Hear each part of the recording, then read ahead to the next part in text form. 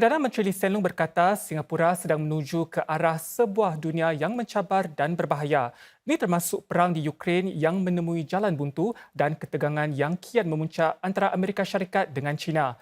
PM Lee berkata terdapat bahaya bahawa konflik itu akan meningkat sekaligus meninggalkan kesan buruk terhadap rantaian bekalan sejagat serta hubungan antarabangsa terutamanya bagi China. The US and Europe and Europeans want China to use its influence to get Russia to stop its invasion.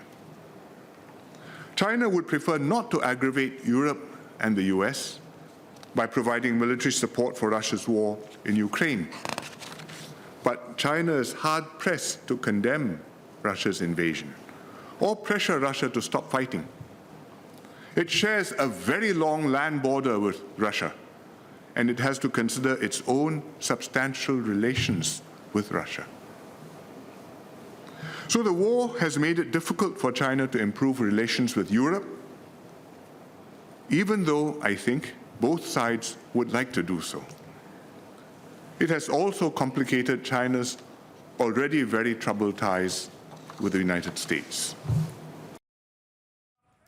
PM Lee tidak menjangkakan bahawa hubungan antara Amerika Syarikat dengan China akan mula pulih dalam masa terdekat. Beliau berkata kedua-dua pemerintah dan rakyat Amerika Syarikat menganggap China sebagai ancaman dan musuh besar mereka. China pula yakin bahawa Amerika Syarikat sedang berusaha untuk menghambat pertumbuhannya.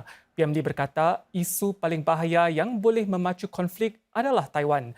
Dan risiko berlakunya salah langkah mengenai pulau itu semakin hari semakin meningkat. Dalam dunia yang semakin tidak menentu, PM Lee menyeru agar Singapura kekal bersatu supaya dapat terus maju. Beliau turut menggesa penduduk Singapura berusaha sebaik mungkin untuk saling menerima serta menghargai perspektif berbeza walaupun berselisih pandangan.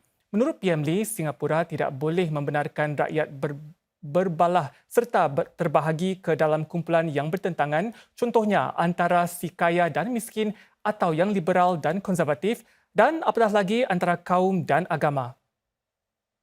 Divided, we stand no chance. We must do our best to see eye to eye on the fundamentals and try to appreciate each other's perspectives, even if we cannot always agree. We must not shy away from hard choices, but deal squarely with difficult issues based on facts and sound analysis. We must nurture the deep and precious trust that we have between the government and the people and also among Singaporeans, and work hand in hand towards a shared vision of our future.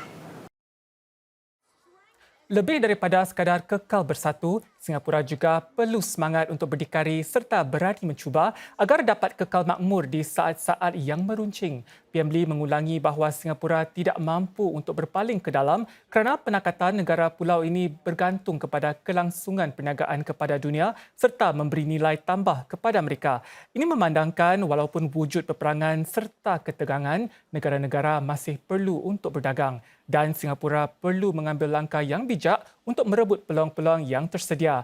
Ini termasuk meningkatkan kemampuan sedia ada serta membangunkan yang baru.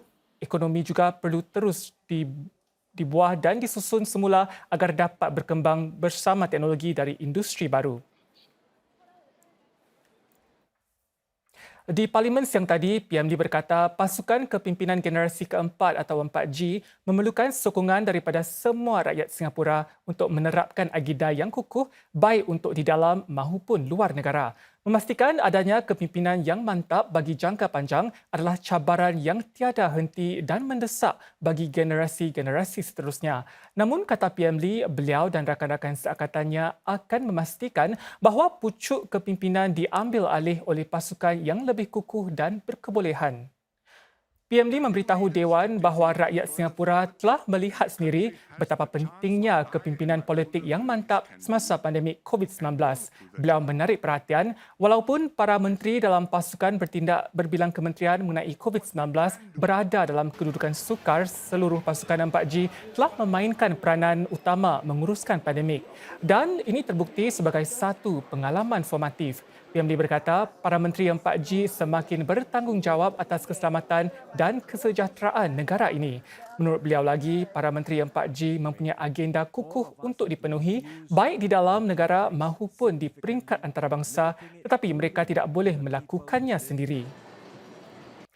Premium sijil hak memiliki kenderaan atau COE bagi kebanyakan kategori ditutup lebih tinggi dalam bidaan terkini hari ini dengan harga kategori A dan B mencecah rekod baru buat kali ketiga berturut-turut.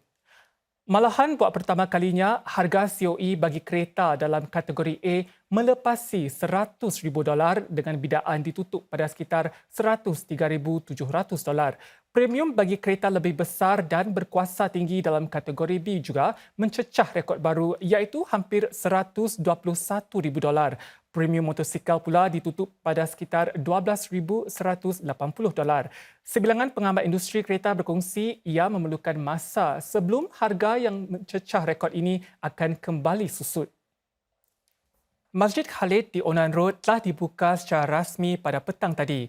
Majlis pembukaan semula masjid itu dirasmikan tetamu terhormat Presiden Halimah Yaakob. Puan Halimah dibawa mengunjungi galeri warisan Masjid Khalid serta melihat-lihat kemudahan-kemudahan baru di masjid yang dibina pada 1917 ini. Kerja naik taraf Masjid Khalid menelan belanja kira-kira $7.5 juta termasuk pembinaan sebuah bangunan 4 tingkat yang menempatkan bilik darjah dan auditorium. Sempena perasmiannya, Masjid Khalid bersama-sama dengan Lembaga Biasiswa Kenangan Maulud atau LBKM telah melancarkan biasiswa Masjid Khalid Alauddin. Selain biasiswa cek sehingga $20,000 setiap satu turut disampaikan kepada masjid-masjid dan badan-badan Melayu Islam yang telah menyokong dalam projek naik taraf Masjid Khalid.